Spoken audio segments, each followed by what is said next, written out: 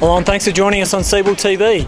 Today I've come out to Knox to speak to the two coaches for 2011, and I'm joined first of all by Heath Anderson, who's just been announced as the ladies coach for 2011. Heath, thanks for joining us. Thanks, Ed. Nice to be here.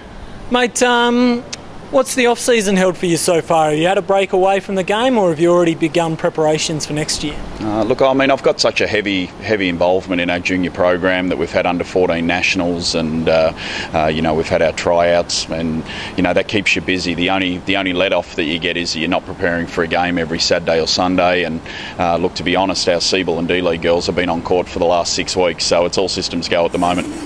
Mate, I want to ask you about your roster. Megan Sinclair's not going to be back next year, and you've got a number of players playing across the WNBL. How much of your roster do you hope to keep together for 2011?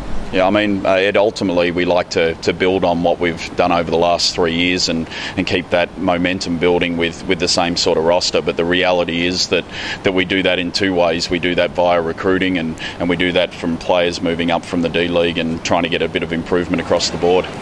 You mentioned the D-League there. They had a pretty successful 2010. Are there players that you've identified that are ready to take the next step up? Oh, definitely. The reality is that our coaches are always working hard, and the reason we've been on court for 6 weeks already is to make sure that we can identify which players are already putting their hand up. Samantha Donald, she's committed to playing with our Seabull roster next season. Billy Lucas, there's probably 5 or 6 girls that have already put their hand up and hoping to at least debut in Seabull and have some sort of impact next season. Well, that's a healthy situation to be in, but I want to talk about your senior list. Are there any areas that you're looking at that you've identified that you might try and address in your recruiting strategies, such as a big or another import, anything like that?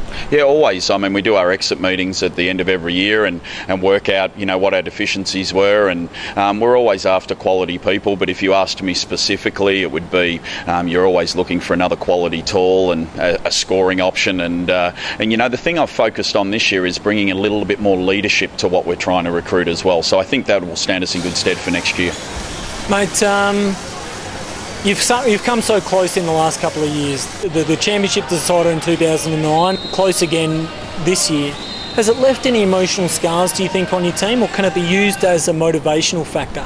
Yeah, look, I mean, it hurts like hell when you go through it, and you need to go through it to get to the good bit, which is learning from those losses and making sure you're better prepared when you enter that situation again. I mean, we try to detach emotion from losses with the group and try to look at the facts, because that relates to their learning. But depending on the dynamic of the group that we'll have next year, what we're looking at doing is trying to devise strategies that motivate that group, and that's good for us.